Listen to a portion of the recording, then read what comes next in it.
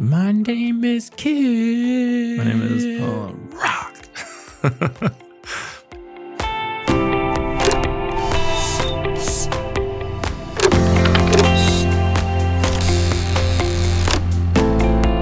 Welcome to the Immersive Lens. We're diving into technologies and creative innovations that are changing the way we live, work, and learn. From virtual worlds and AI to the future of media, design, and education, we're here to explore how it all connects and what it means for the world around us. Let's take a closer look through the Immersive Lens. I'm Dave Ghidiu, Professor of Computer Science here at Finger Lakes Community College, and I'm here with my co-host Paul Engan, Professor of New Media.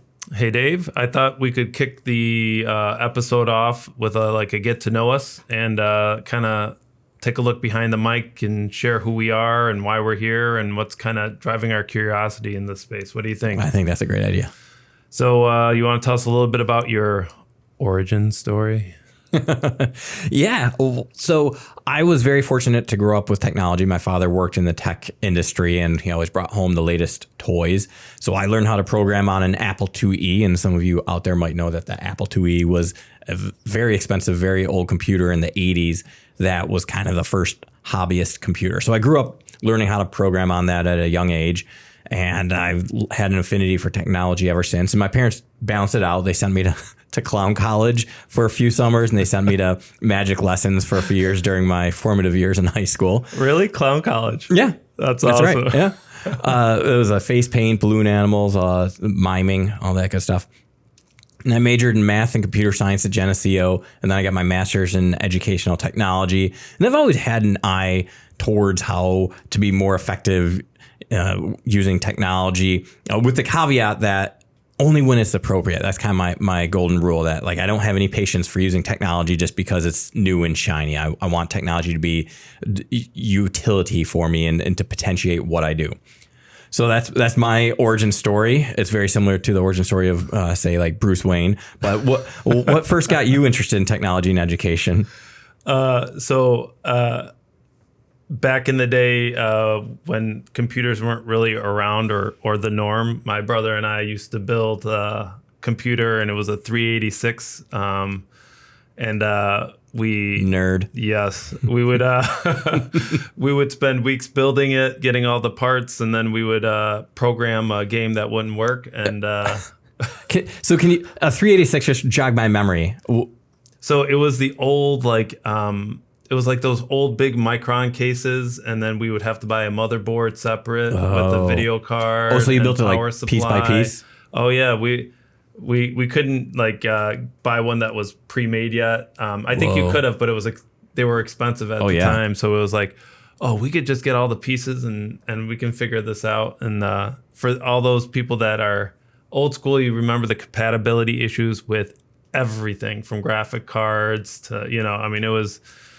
Yeah. That was the dark ages of computing. Yes. And then calling tech support and no one really knowing what you were asking them. It was fantastic. But from there, I had a passion for that technology and I loved art. So I went to my undergraduate with a expectation of doing like a dual degree of fine art and computer science. And one day I was in the computer science lab and I was with somebody, and you remember terminals? Little. It was like green text on a black screen. Yes. Okay.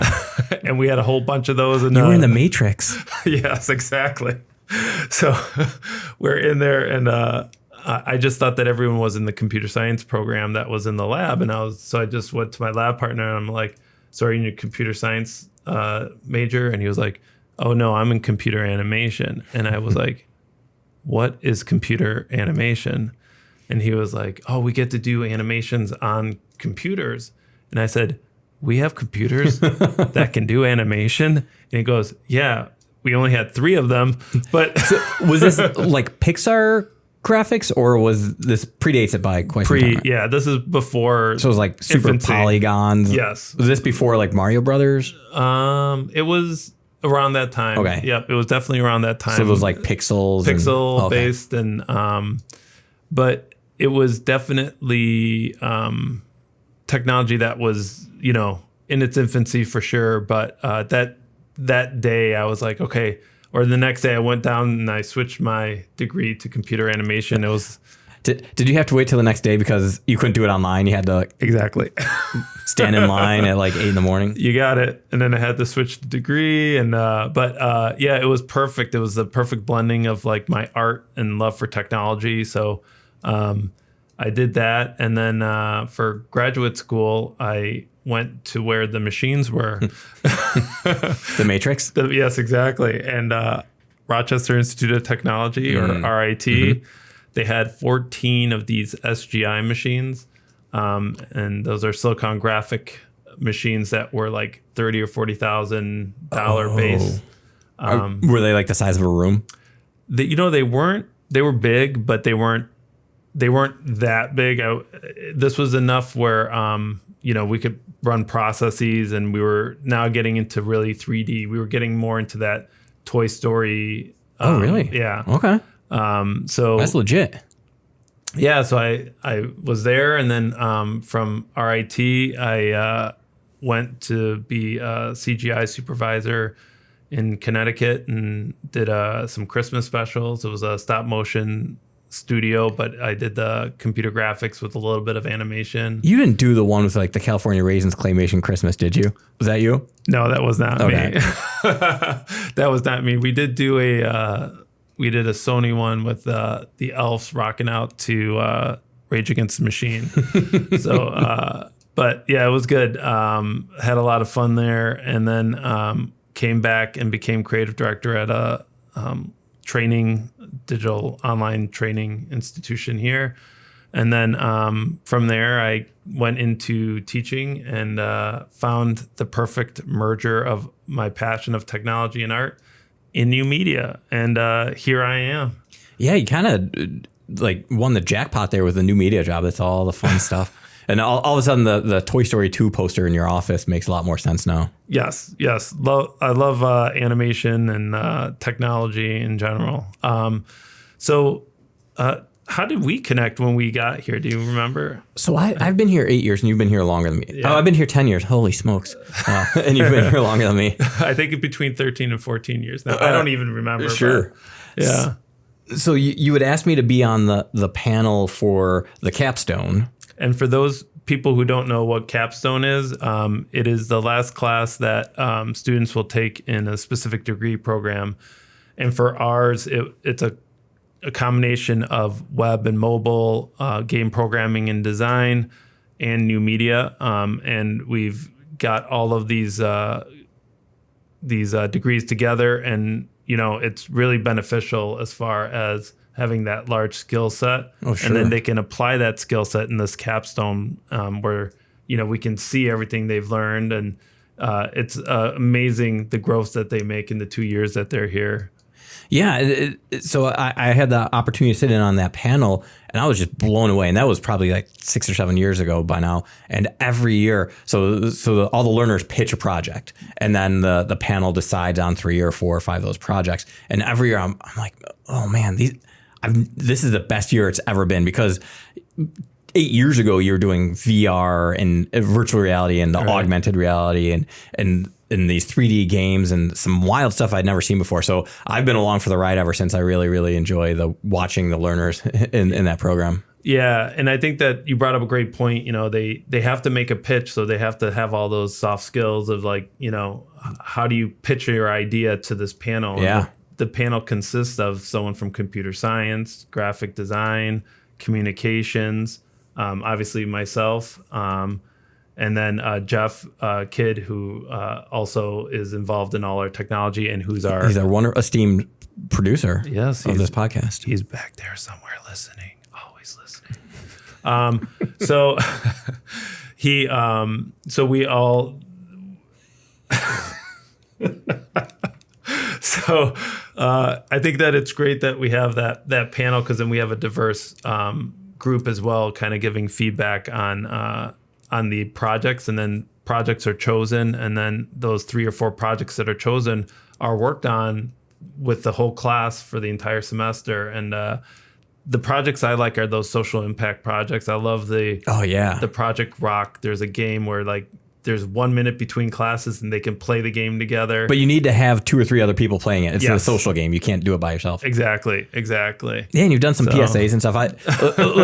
Listen, folks, if you're ever in the capstone and you're making a pitch, I have a soft spot for those the social action and call to action stuff in the community. So that's a surefire win to win my vote. Yes, and I think that capstone really creates great synergy with all these departments. So it's not just new media, So Yeah. I think that's awesome. So Dave, who or what influenced the way you think about tech and learning? In a previous life, I was teaching high school, and I was the assistant coach for the cross-country running, cross-country skiing, and the track and field team. And the head coach for all 3 of those was Bernie Gardner. This is at Honey Falls, Lima. And he is the most winningest coach in the state. I mean, no one's come close to the amount of state championships he has. And I think part of that success was he'd come into practice and be like, Dave, I just finished reading this book about building the Brooklyn Bridge. And there's like 3 lessons in there I want to bring into cross-country running. And without fail, every week, he'd have 2 or 3 of these epiphanies when he would be reading a book that had absolutely nothing to do about running. And he would find all these lessons to bring into to running. And I thought that was really insightful for him. And that's what I try and do with teaching and technology and learning, is I try and look for inspiration and insight in other domains and bring them into technology and learning. So I like to say that I just channel my Bernie Gardner whenever I'm doing things that are pretty creative and thinking way outside the box. Very cool. I know you read a lot. I can't even keep up with you. Was there a specific project or moment that really shaped your passion for innovation? Yeah, so I think that that key moment, I kind of mentioned this before, but the moment that I was in that lab and I found out about the computer animation. Yeah. It was like the perfect merger of my love for art and science. And so, that opened up doors for me. It allowed me to do stop motion animation for MTV back in the day. I was doing a production for Celebrity Deathmatch. Have you heard of that? I've watched Celebrity Deathmatch on MTV, which Yes. may or may not be around anymore. I don't even know if that TV channel is around. Yes, music television, where they used to play the videos and the music videos specifically, which they no longer do. I don't think I don't even know what they reality do. TV. Who knows? Yeah, they do a lot of reality TV, but it also opened up doors to like working for architect and doing the 3D renders for those projects and stuff. So it really shaped the way I use and love technology, and I still love doing all of the stuff, animation to media development to 3D, all aspects of media development. I just love it. So that was like that pivotal moment. So. Yeah, you really hit the jackpot. You do all the fun things. So let me ask you, what drove you to want to do this podcast? I think part of it was just looking to see how you're preparing learners for the real world in your capstone. And we live in this world of technology, and you have to be able to navigate it. You have to be able to understand what's real and what's not, and understand these technologies, because it's inescapable. And there's an awful lot of technology anxiety in the world. I'm kind of hoping that you and I can help people along and decipher what all this technology is and how to use AI and understand the world of tech. What about you? Yeah, I'm really interested in the medium itself. I think podcasts are really taking off right now, and I think it's important that we practice what we preach. And so I think that doing this in the Finger Lakes podcast studio, I think Global headquarters. That's right. I think that this kind of allows us to apply what we're teaching, and I love talking tech with you. And I do think the goal will be to try to, you mentioned this before, but it's there's a lot of technology that's being thrown at us, like rapid. I mean, the amount that is coming out almost weekly, you and I were touching base going like, I get a text from you. Did you hear about this? Did you hear about that? And I'm like, yeah, it's only available on Mac, right? So some are only available on PC. Yeah. But I think that being able to talk about that stuff and, kind of expressing how we might use it or what it might be good for or what it might not be good for, I think those are all important things to think about. Yeah, and maybe it's because I grew up on an Apple IIe and you grew up building 386s that we have the acumen or the interest to do this. That's true. That's true. So I was thinking, why don't we end this with some rapid fire questions and see where this ends up? Are you ready for the first one? Let's do it. All right. Favorite piece of tech you can't live without? Chromebook. And this is just a plug for Chromebooks. People, they have a bad rap, but boy, oh boy, you can do an awful lot of cool things with Chromebooks. You know what? Because of Google Docs, I think you are right. But it's interesting because I remember when iPads first came out. Sure. Keep in mind, I was using these like really robust machines at the time. And I'm like, who the heck would ever need or use an iPad? Yeah, it was not tech solutionism at its finest. Yeah, but not realizing that, 90% of the world isn't doing what I'm doing, and it's perfect for what they need, right? Yeah, I mean, what's your favorite piece of tech that you can't live without?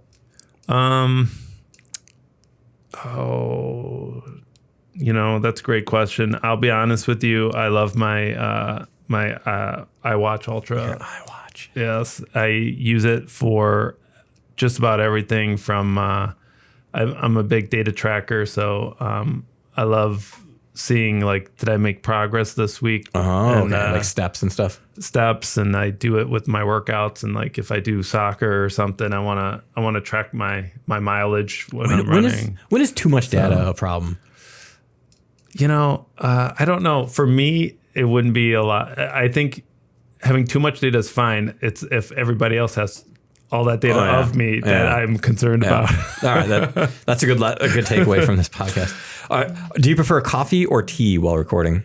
So, I think I would prefer coffee, but I've been drinking a lot of water for this. Yeah. So, how about you? I would prefer coffee, but water's probably a better option, or tea because of the honey. Coffee's probably the worst, but I enjoy it the best. Right, same. All right, so most transformative technology. I was actually listening to a podcast, not this one, a different podcast, just this morning. I know, right? And someone suggested that the light microscope was probably the most transformative technology. And I'd have to agree, the way it opened up the doors to microbiology and understanding how we actually get sick. So I say light microscope. What about you? Boy, that's a good one. I know. You went way back, man. Do I need to go back to the Model T or something? Or the wheel? Yeah, the wheel. I'm gonna bring it a little bit more in line with where we're at, sure. But I think that the internet was the most transformative. I know it was during my undergraduate when it started taking off, and I just remember a lot of people were like, "Internet won't go anywhere. Internet won't go anywhere." And I remember going to movies and saying, "Did you see the URL? They're starting to integrate URLs into movies, like fear.com or whatever the."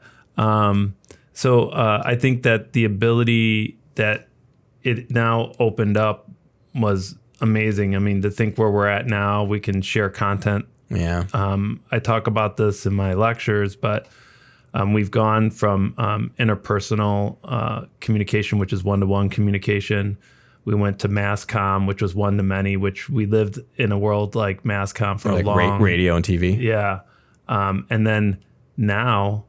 I say this is the new media, which is many to many. So anybody can create and distribute content. That's what we're doing. That's right. And anyone can give feedback. And so I think that, the internet really opened the door and allowed all of this to happen. So, I think that would be my most transformative technology as of right now. And I know AI is probably along the same lines. Yeah. So what tech trend are you not buying into? Virtual reality. Excuse me. Something was in my throat there.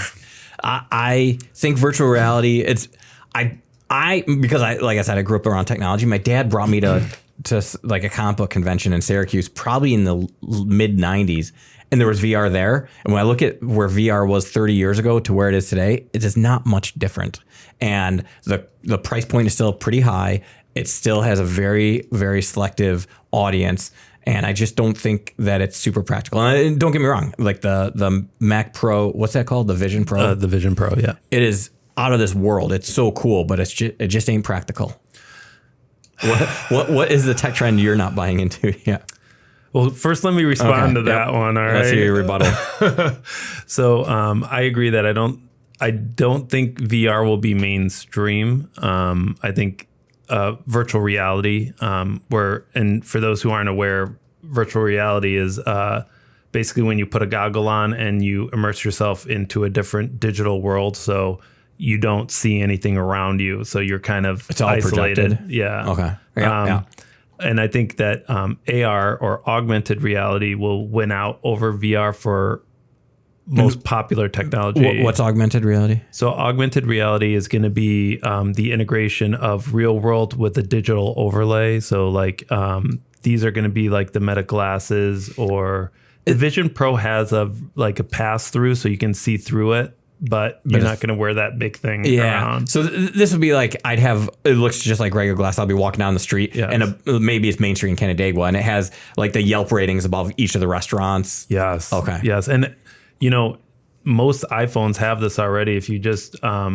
Google Lens? Google Lens has it too. You can just put it up and you can do a direction and it'll do it. But this is where I think think about not having to hold the phone up. You just put your glasses on. Sure. And you get the overlay. But anyway, we digress. But I think there is something to Ready Player One. I think that there's some there. There's some there, but it won't be mainstream. I get it. Yeah. I get it. Augmented virtual reality existed so that augmented reality can live. Yeah, that's right. That's right.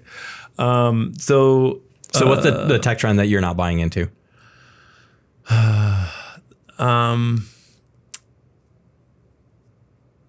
I guess I think that man, you had an answer right away. Tech trend I'm not buying into.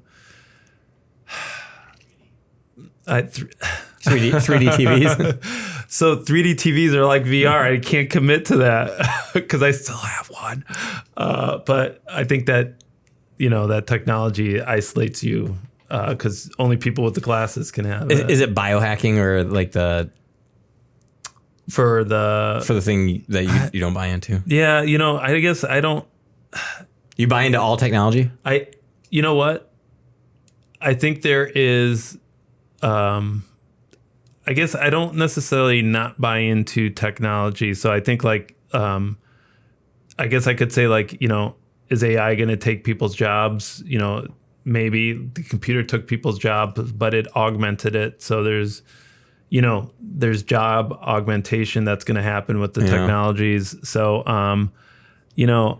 gosh, I don't know if there's there's techs that I know aren't going to be successful. Like I knew the 3D TV wouldn't be successful because it's just the usability of it. Like, and normally I'd ask you to explain what 3D TVs are to our audience, but I think it doesn't really matter. No, although with the Vision Pro, the 3D is the virtual reality. Yes, the Vision Pro from Apple. Now you can do 3D.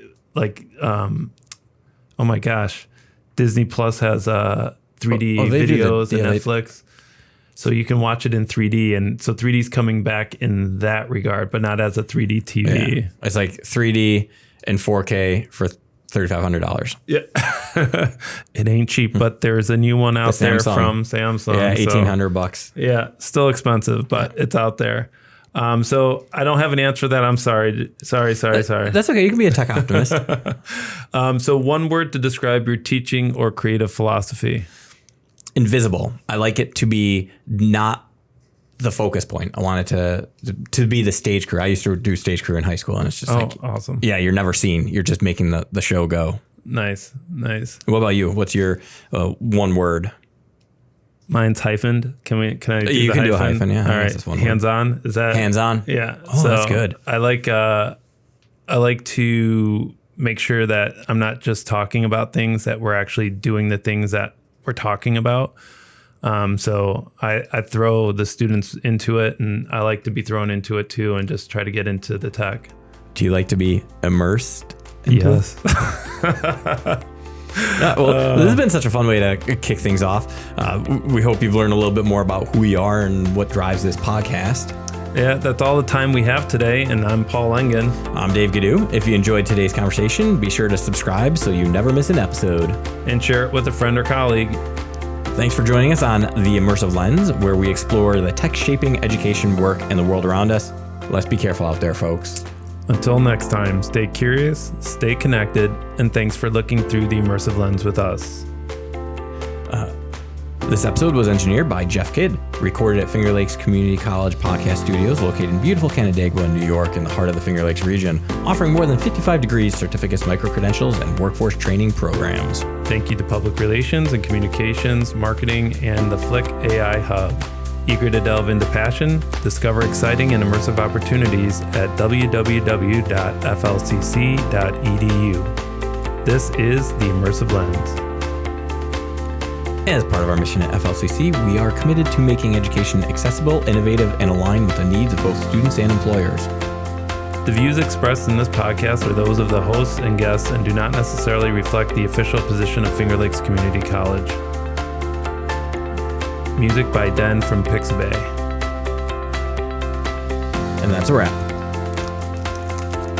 Hey, Jeff, were you recording on that one? What? That was a good